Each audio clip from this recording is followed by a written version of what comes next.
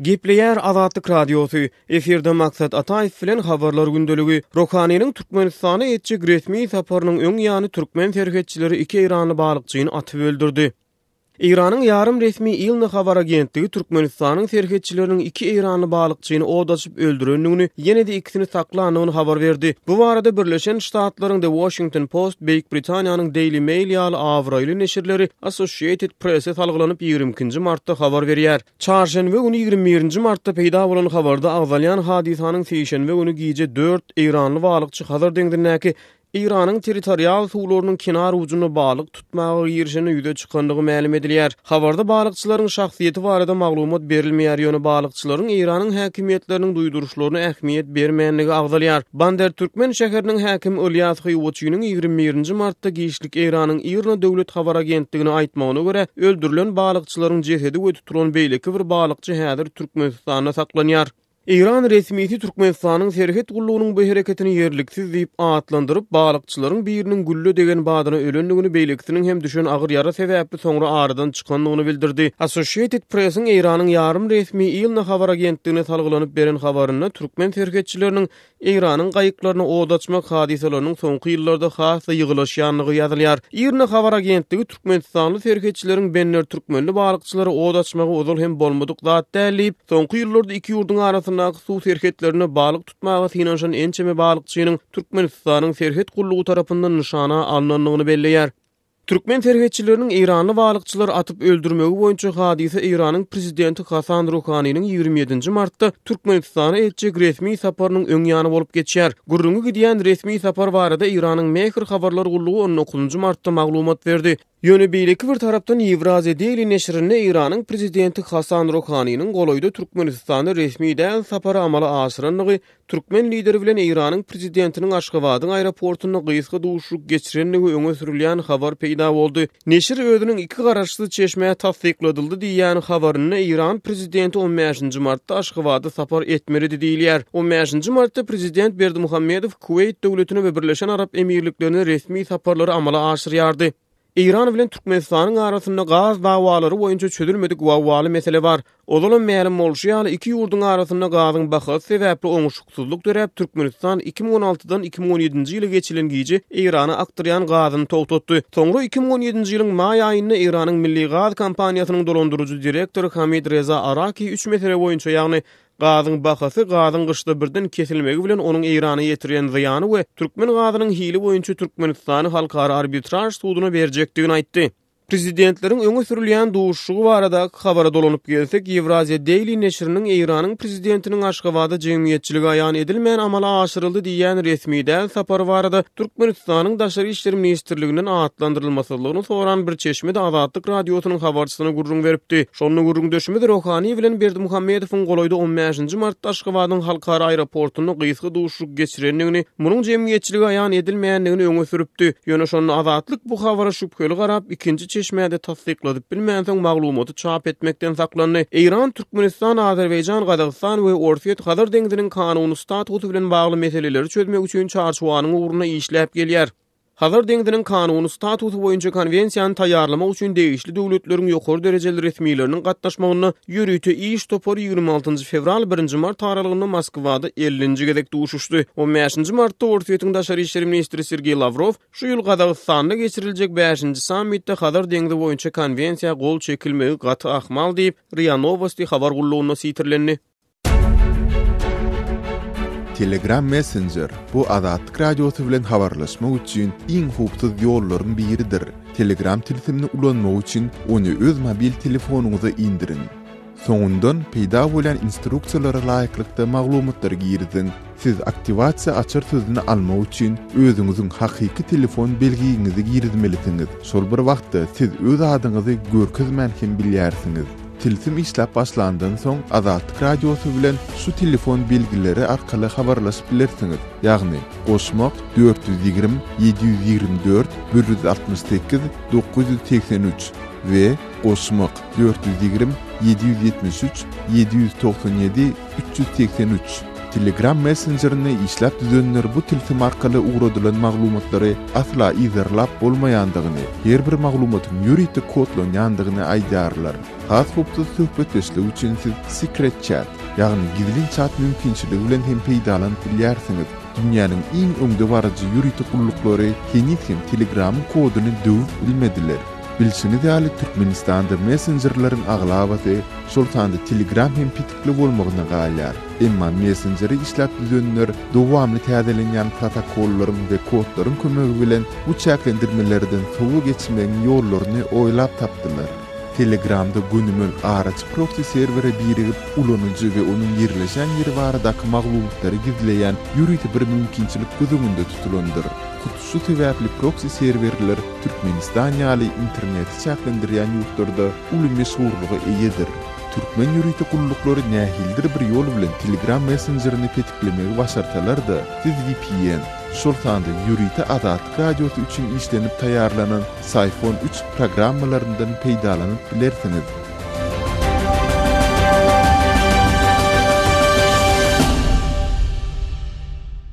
Gepleýär Azatlyk radiosy. Habarlar gündeligi gepleşigini men Merdan Sarif dowam etdirýärin. Türkmenistanda ýylatyň zerur dermanlary tapmak we onu alyp bilmek mümkinçilikleriniň barha çäklenmegi bilen bir hatarda ýurtda hem döwleti degişli hem hususy dermanhanalary ýapylyp başlandy.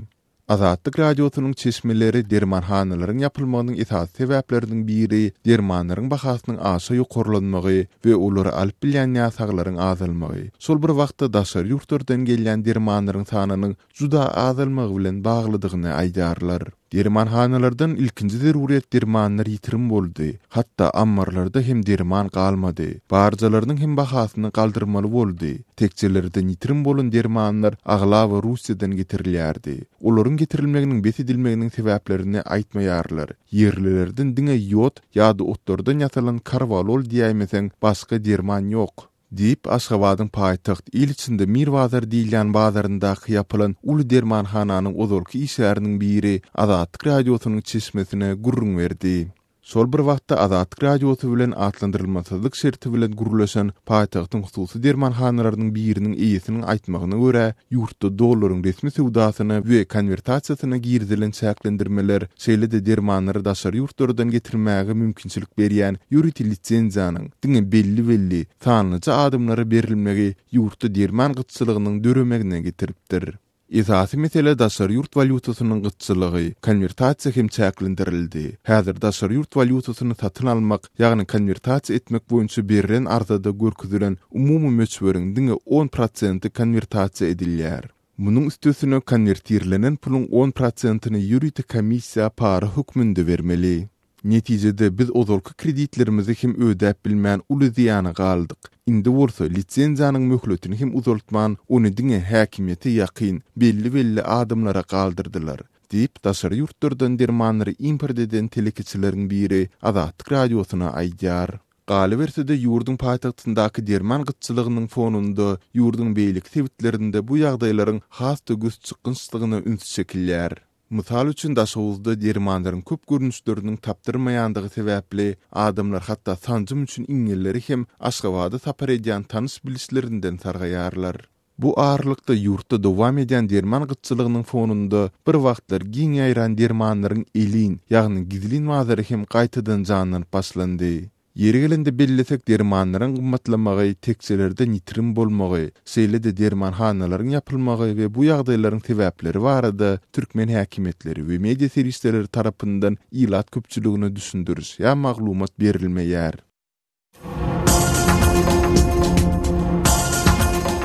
Öz sebitiňizde bolýan wakalar barada Azatlyga maglumat bermek isleseňiz, biziň Facebook hasabymyzda ýazyň.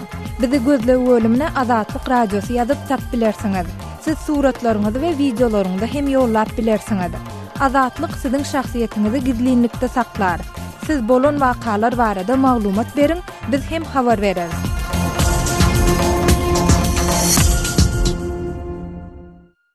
Gepleýär Azatlyk radiosy. Habarlar günneligi gepleşigimizi men Sahra dowam etdirýärin. Aşgabatda jaýlaryň aralarynda yerleşdirilen zibilhanalary dörüp ondan gaty çörek ýa-da plastik gaplary gözleýän adamlaryň köpelendigine adatlygyň yerli habarçylary we çeşmeleri aýdýarlar. Aşgabatda ýaşaýan Sinçi Amanmurat Bugaýewiň tasdiklamagyna görä, bu tejribe soňky hepdelerde güýçlenip, zibilhanalary dörýän adamlara esasan parahat 1 we parahat 2 etrapçylarynda duş gelse bolýar. Bular esasan giýje ýarmyndan agandan soňra adatça 3 adam, 4 adam bolup çykýarlar. Ählisem ýaş adamlar 18-20 ýaşyndaky ýaşlary kesitlenip mümkin ölüm köpüsi ýaş gyýylar. Dip Bugaýew gurrun berdi. Onuň sözlerine görä öz ýanlary bilen öý şertlerinde ýasalan ýürüýte demir arabalary we sintetik matalardan tikilen haltalary alyp gelýän adamlar zibilhanadan malgara, ýmy tolup biläjek gaty çörek ýa-da gök bakça önümlerinin galyndylaryny we plastik gaplary gözleýärler.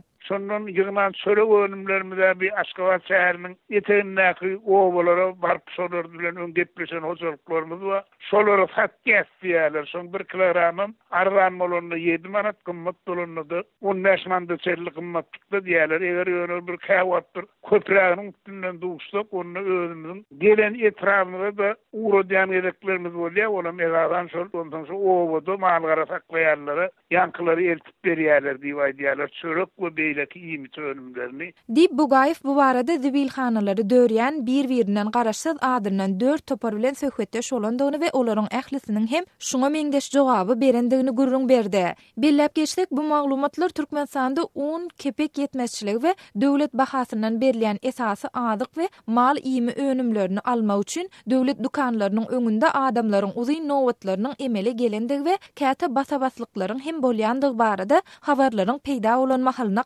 geldi. Zibilhanalar dörýän we bir-birinden garaşsyz 10-dan gowrak adam Adatlyk radiosu bilen söhbetdeşlikde özleriniň ýurdun dürli welaýatlarinden iş gözleginde paýtagta gelendiklerini, ýöne işe yerleşip bilmendikleri sebäple zibilhana dörüp gadanç etmeň alydasyny edýändiklerini gurrun berdi. İş sorap baran ýerlerimiz Aşgabatda propiskaňyz ýok diýdiler. Galy bersede kireyni jaý alandygymyz baradaky şertnamany görkezip bilemzok. Başga bir näçe resmi nama dokument talap edýärler diýip adynyň efirde atlandyrylmasyzlygyny soran zibilhana dörýän ýaşlaryň biri gurrun berdi. Sinçi Bugaýew zibilhana dörmek tejribesiniň soňky 5 ýylyň dowamında has köp göze iýlendigine, ýöne soňky hepdelerdäkiden tapawutlykda mundan öňki ýyllarda zibilhanalardan esasan guruluşy galyndylarynyň ýygnalandygyny aýdýar. Muňa esasan işsizlik we ilatyň ýaşaýyş durmuş şertleriniň barha yaramazlaşmagy sebäp bolýar. Adamlar şonu etmese başga eklenç mümkinçiligi ýok diýip Bugaýew belledi. Soňky ýyllarda ýurtda işsizligiň giňden ýaýrandygy raýatlaryň şol sanda ýokary hünärli ýaşlaryň işe yerleşip bilmän kösenýändigi, işe yerleşmek meselesinde tanış biliş we para almak bermek tejribesiniň giňden ýol alandygy barada Adatlyk radiosu bilen söhbetde şolýan türkmensanlaryň ençemesi gurrun berýärler. Galy bersede Adatlygyň ýurdu içindäki çeşmeleriniň aýtmagyna görä, Türkmenistanda 2017-nji ýylyň ýanwar aýyndan güýje giren ilaty iş bilen üpçün etmek hakyndaky kanunda işsizlere işsizlik pasobiýasyny bermek gözeňinde tutulsa-da, türkmen häkimetleri dürli bahanalar bilen işsizlere berilmeli kömek pullaryny tölemekden ýüze urip gelýärler. Türkmen häkimetleri raýatlaryň bu kynçylyklary we ýurtdaky işsizleriň sanawy baradaky statistik maglumatlary ilat köpçüligine mälim etmeýärler. Emma 2017-nji ýylyň martynda Adatlyk radiosynyň türkmen hökümetindäki ynamdar çeşmesi Türkmenistanda işsizligiň derejesiniň 60% goloýlandygyny habar beripdi. Gepleýär Adatlyk radiosu. Siz habarlar gündeligimizi dinleýärsiňiz. Türkmenistanyň prezidenti Gurbanguly Berdimuhammedowyň ýangy ýakynda döwlet telewizionyasynda görkezilen ýurdun zenanlary üçin saatly sowgady habar çeşmeleriniň ünsüni çekdi we meşhur sosial ulgamlarynda gyzyklanma eýe boldy. Türkmenistanyň prezidenti Garawum Aýdymy bilen YouTube agdardy. Aýallar tansetdi, erkekler çapak çaldy diýip Ortiýetiň MK neşri belleýär. Bu ýerde prezident Gurbanguly Berdimuhammedowyň 17-nji martda döwlet telewizionyasynda türkmen zenanlary üçin 8-nji mart sowgada diýilip gejiktirilip görkezilen video barada gurrun gidýär. Video ýazgynyň dogly görnüşinde Berdimuhammedow türkmen, ingliz we rus dillerinde birnäçe aýdym bilen çykyş edýär. Şol sanda Kruk atly Sowet saz toporunyň garawamatly 1980-nji ýyllaryň meşhur aýdymyny ýerine ýetirýär. Сотней пути был караван, а впереди опять бархан, ещё бархан, куда ни глянь, везде песок. Haýsy bir sebäpden bu ýazgyny bayramçylykdan 10 gün geçen soň görkezdiler diýip Berdimuhammedowyň Garagum aydymy bilen eden çykyşynyň video ýazgysyny ýaýradan Türkmenistanyň Kronikasy neşri belleýär. Neşir bu video ýazgynyň ýanynda çap eden öz kommentariýasynda Türkmenistanyň prezidentiniň bu aydymy ýörite aýallar üçin däl-de täze ýyl oturuşlugynda ýerine ýetirenligini belleýär we muny eski plandaky arçalardan hem görmek bolýar diýip ýazýar.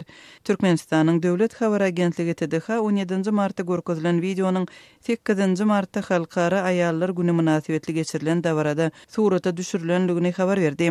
Türkmenistanyň prezidentiniň sağly sowgatlary soňky ýyllarda ýurtda däbe öwrildi. Geçen ýyl Gurbanguly Berdimuhammedow Türkmenistanyň zenanlaryna 8 mart sowgady hökmünde Kalbymda senatly aýdymyny ýerine ýetirdi. Türkmenistanyň prezidenti köpçüligiň öňünde aýdym saatly çykyşlary bilen ilkinji gedek 2010-njy ýylda Türkmenbaşy şäherinde peýda boldy. Şonda Türkmen prezidenti çağalaryň öňünde akordeon çaldy. Türkmenistany 2006-njy ýylda öňkü prezident Sapar Murat Niýazowyň ýogalmagyndan soň ýolbaşçy bolan Gurbanguly Berdimuhammedow saat sungatyndan daşary söwüş sungatlary, atçylyk, tigir, awtomobil, golf, ýeňil atletika we beýleki birnäçe sport görnüşleri bilen meşgullanýar.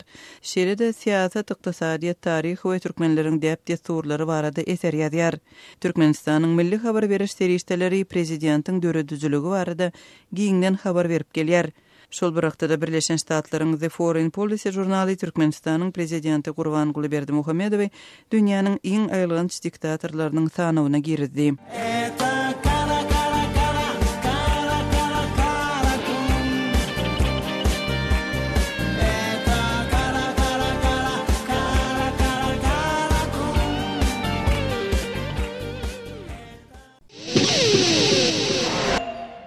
Gepleýär Azatlyk Radiosu. Habarlar gündəligi gepleşigimizi men Döwlet Baýhan dowam etdirýän. Türkiýede İslam döwletine agzady güman edilen 2 türkmenistanly azatlykdan mahrum edildi. Türkiýanyň köpçülikliğin habar beriş terişdelerine ýaýran maglumaty görä, İstanbulyň goloýundaky Kocaeli şäherinde tutsaglykda saklanýan 2 sansy Türkmenistanyň raýaty, jemi 8 şüpheli İslam döwleti adly terror topara agza bolmakdan aýyplanyp 6 ýyl 3 ay azatlykdan mahrum edildi. Milliýet gaziýeti Kocaeli'niň 2-nji agyr jeza gaziýetine geçirilen suwut jemlençigine İslam döwleti toparynyň adyndan ýygnaklar gurnamakdan, İslam döwletiniň çaknaşan sebäbinden Türkiýe gelen töweşijilere kömek etmekden, olary ýaşaýyş jaýy bilen üpçün etmekden, sosial mediadaky sahypalaryndan Türkiýanyň Siriýada alyp barýan Ýefradyň galkany adly harby operasiýasyna garşy İslam döwletiniň tarapyny tutup propaganda tagallasyny alyp barmakdan aýyplanyp tutsaglykda saklanýan Hasan Çiğdem, Savaş Demir, Murat Ergin, Ramazan Gümüştaş, Samir Japarow, Hüseyin Perçin, Efkan Yusupow we Hakan Çakmak dağlar bilen olaryň aklawçylary gatnaşdy. İslam döwletine agzalykdan aýyplanyp suud edilýän türkmenistanlylar bilen beýleki tutsaglaram şeriat gaziýetini talap edýänliklerini nytap, özlerine berilen aklawçylaram islemeýänini aýtdylar. Suud jemlenşigine gatnaşan Türk Respublikan sülçüsi bolsa, öz çykyşyna Gaziýet Geňeşinden tutsaglykda saklanýan şüphelleriň terror guramasyna agza bolmakdan jezalandyrylmagyny we tutsaglykda saklanmaga dowam etmegini isledi. Sülçüniň bu talabyny kabul etmeýändigini aýdan aklawçylar aýplamalaryň ýatyrylmagyny we Türkiýeden gaçmagy üçin olaryň tutsaglykdan boşadylmagyny talap etdi. Suud jemlenşigine berilen ara kesmeden soň Gaziýet Geňeşi İslam döwletine agzalykdan aýyplanýan 2 sansy türkmenistanly jemi 8 şüpheliýiniň her birini ýaragly terror guramasyna agzalyk esasyna görä 6 ýyl 3 ay türme tutsaglygyny hökm etdi. Gepin gerdişine göre aýatlap geçtik. Mundan öňel Türk mediasyna ýaýran maglumaty göre İstanbulyň terrorçylyga garşy görüş gullugynyň işgärleri Pendik, Tuzla, Maltepe diýen ýerde geçiren operasiýasyna İslam döwleti guramasynyň janynyň geçen hüjümçileri sanawyna durýan Özbegistanly Bünyot lakamly AB bilen Türkmenistanly Zübeyir lakamly NK dagyny ele salypdy. Onuň ýanynam olaryň gurnajak bombaly hüjümlerine gollaw berjek toparyň agdalary bolan garaşsyz döwletler arkalaşygynyň 5 raýaty göz alypdy. Olaryň beren maglumaty esasynda gaýtadan operasiýa geçiren İstanbulyň terrorçylyga garşy göreş gullugynyň işgärleri bu gezek Sultan Beyli diýen ýerde Siriýa gidip İslam döwleti toparynyň hataryna söwüşmäge taýýarlanýan Türkmenistanyň, Özbegistanyň, Täjikistanyň we Azerbaýjanyň raýatlaryndan ibarat bolan 36 adamam ele salypdy. Geçen ýylyň iýun aýynda bolsa Azatlyk radiosy öz çeşmelerine salgylanyp Türkiýanyň häkimetleriniň Türkmenistana İslam döwleti toparynyň söwüşçüleri bolmakda güman edilýän 4 adamy tawşyranlygyny, şeýlede Türkmenistana öz territoriýasyna İslam döwletine mahsus teraktyň bolmagynyň ähtimallygy barada aňta maglumatlarynyň gowşanlygyny habar beripdi. Sözü jemlesek, dünýäniň dürli media serişlerine çykkan şeýle maglumatlar barada Türkmenistanyň häkimetleri häzirki güneçenli dymyp gelýärler.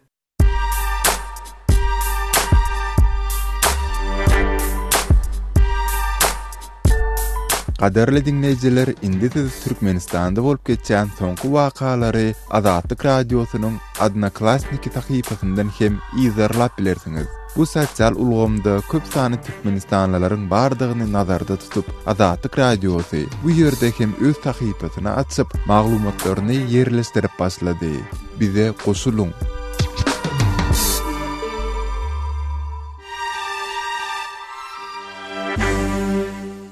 Gepleýär Azatlyk radiosy. Eferde maksat Ataýew bilen habarlar gündeligi.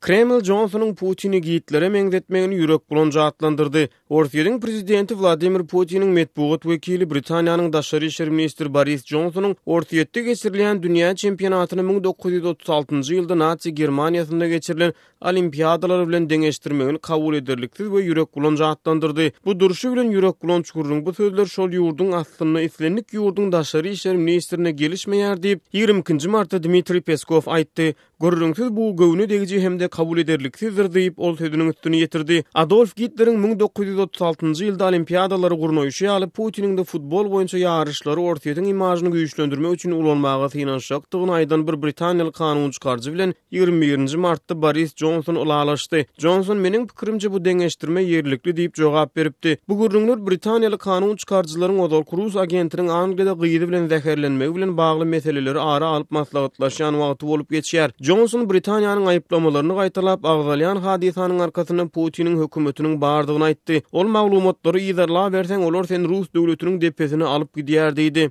Orsiýet özüniň bu meseleye gatyşygyny ret edip Sergey Skripal we onuň gyzy Yulia Skripal hassahana düşüren hüjümüň arkasyna Abbaşanyň ýa-da Britaniýanyň özüniň bardygyny öňe sürmeginiň ýa-ni Boris Johnson çykyş etdi. Putiniň dünýä çempionatyny ýeňiji bolan toparyň kapitanyny Kubowy gowşurmagy Putiniň bu çäreler öz korrumpirlenen rejiminiň üstüne ýapmak üçin PR çäreleri hökmüne ulanmagyny ha şu pikirler meni gorkulýar diýip Zähmet partiýasynyň parlamentdäki agzasy Jan Austin aýtdy. Bu sözleri Johnson gynansagyň siz mamla, siz dolu mamla diýip jogap berdi. Siziň Moskwadaky dünýä çempionatynda bolup geçjek zatlary berýän häsiýetlendirmäňiz dogry ha bu muny 1936-njy ýyly bilen deňeşdirmek gurrunsyz hakykata gawat gelýär diýip Johnson aýtdy. Hitler 1933-njy ýylda hökümet başyna geçýär we ol 1936-njy ýylda Berlinde geçirilen Tomutky Olimpiýa oýunlaryny Nazi rejimini propaganda etmek üçin ulanýar. Ortiýetiň daşary işler ministrligi Johnsonyň kommentariýlerini kabul ederliksiz atlandyrdy we Johnsonyň özüni Ortiýete garşy besleýän ýigrenç duýgularyndan zäherlenen diýip häsiýetlendirdi. 16-njy martda Johnson Britaniýanyň Ortiýetlilere garşy hiç ýyl nägililiginiň ýokdugyny aýtdy we bu bolýan zatlaryň netijesinde Rusofobiýa döremeli däl diýdi. Biziň dawamyz Putiniň Kreml bilen diýip ol aýtdy we zäherli gazy 2-nji jahan urşundan soň ilkinji gezek Ýewropanyň köçelerine ulanmagy Putiniň hut özüniň buýruny bolmagy gaty ahmal diýip sözüniň üstüne ýetirdi. 66 ýaşly Sergey Skripal we onuň 33 ýaşly gyzy Yulia 4-nji martda Angliýanyň günortasynda ýerleşýän Salisbury şäherindäki bir sowda merkeziniň öňündäki oturuşda huşsuz ýagdaýda tapyldy. Yulia şondan bir gün özel kakasyny görmek üçin Moskwadan Britaniýa gelipdi. Britaniýa olaryň Sowet döwrüne oýlanyp tapylan we Novichok adlandyrylýan zäherli jisim bilen zäherlenendigini aýdýar. Hormatly radio dinleyijiler, şunuň bilen habarlar gündeligimiziň şu günkü sanyny geçirip gotarýarys.